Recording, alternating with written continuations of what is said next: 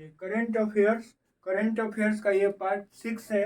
इससे पहले हम लोग 1 से लेकर 5 पार्ट तक को कवर कर चुके हैं, जिसमें 20 महत्वपूर्ण टॉपिक को लिया जाता है जो नेशनल, इंटरनेशनल और बिहार से संबंधित होता है, जो आपको बिहार एसआई, बीपीएससी टीचर जैसे एग्जाम में बहुत ज़्यादा मदद पहुंचाने वाला है।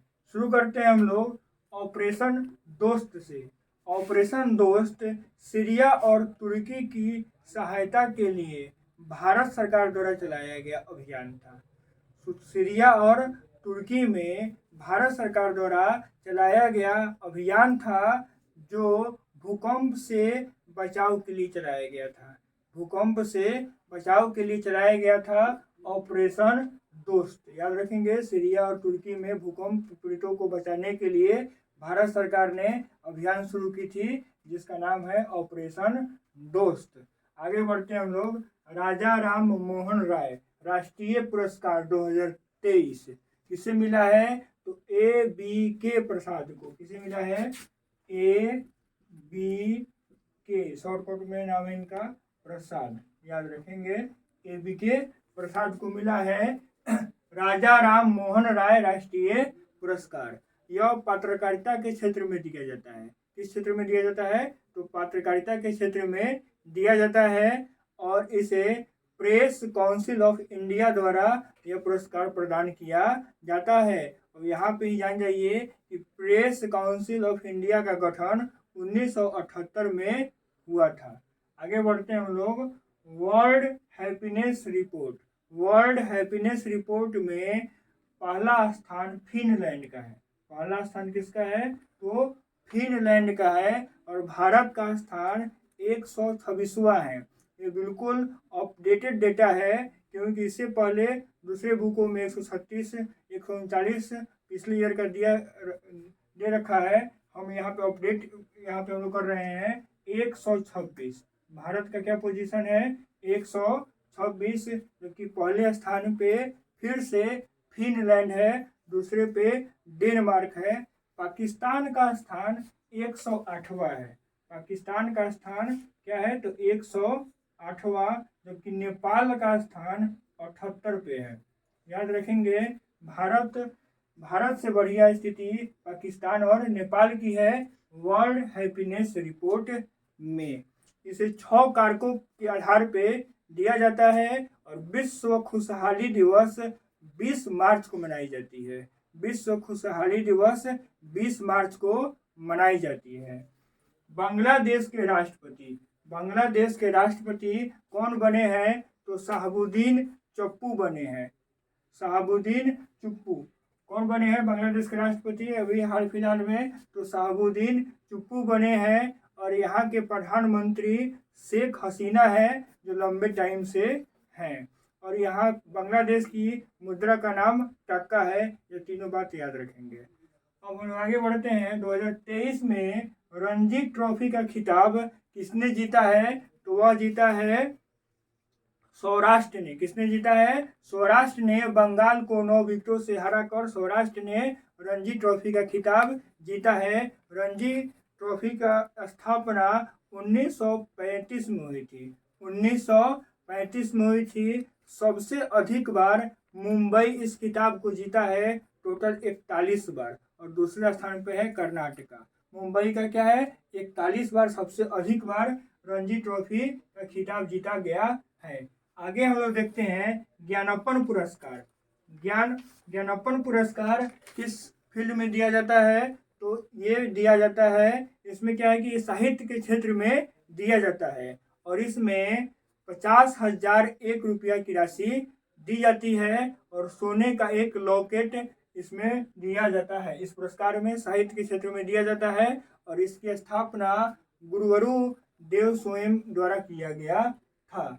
मार्कोनी पुरस्कार। आगे बढ़ते हम लोग। मार्कोनी पुरस्कार सबसे पहले यह 1975 में दिया गया था। मार्कोनी पुरस्कार कब दिया गया था? तो 1975 में दिया गया था।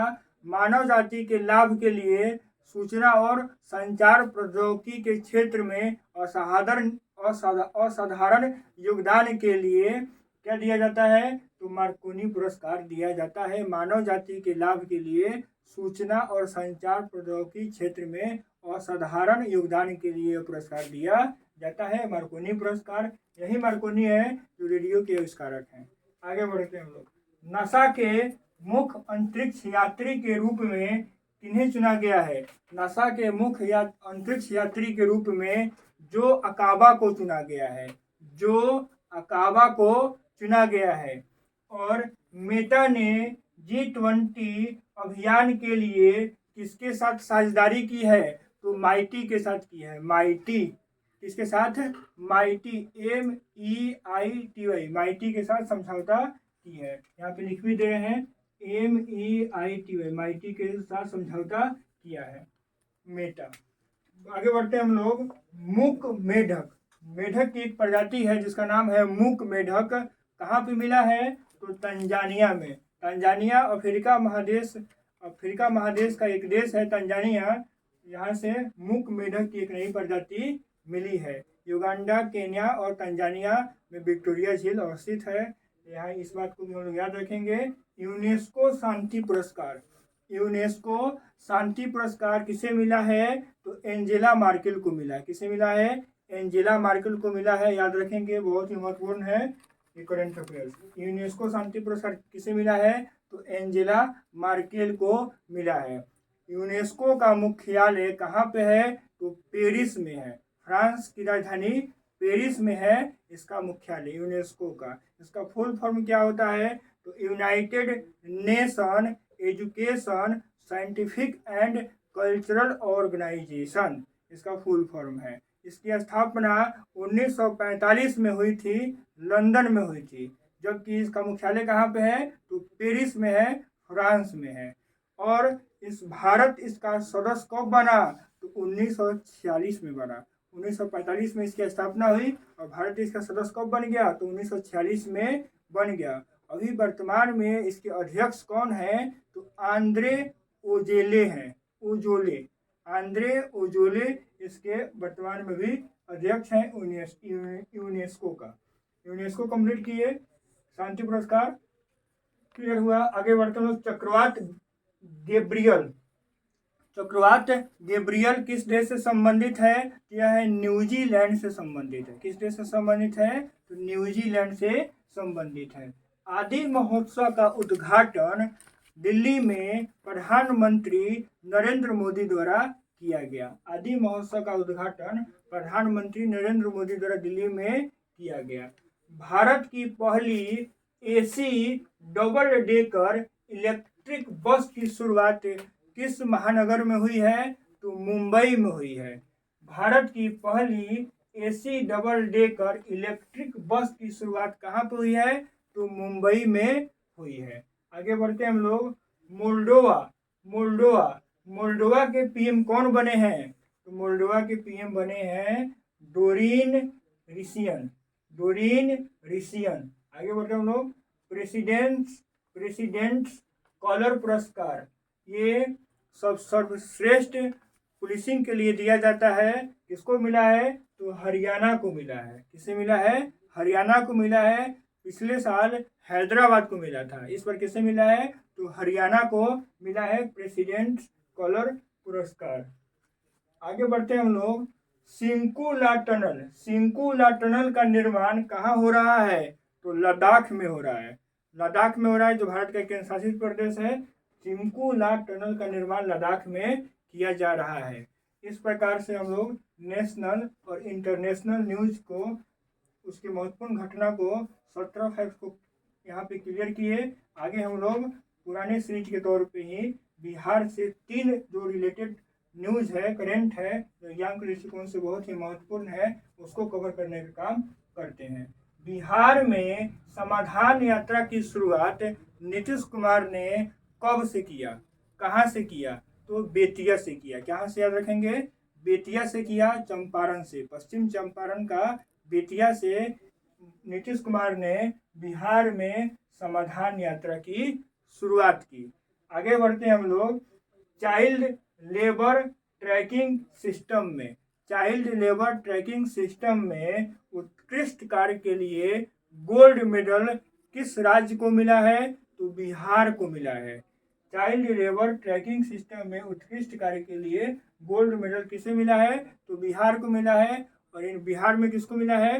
तो श्री अरविंद कुमार चौधरी को मिला है, क्योंकि उन्होंने ही चाइल्ड लेबर सिस्टम में बहुत ही उल्लेखनीय काम किया है।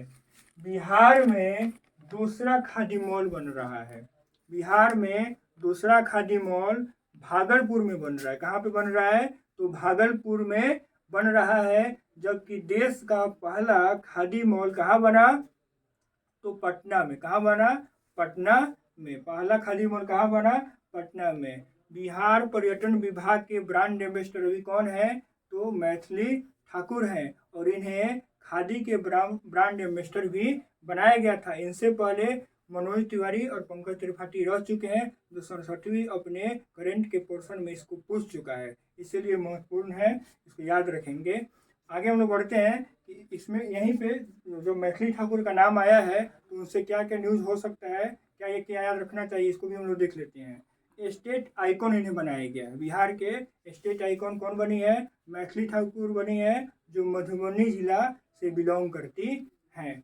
और ये हुआ पार्ट 5। इसी प्रकार हम लोग पार्ट 7, 8 के साथ मिलेंगे।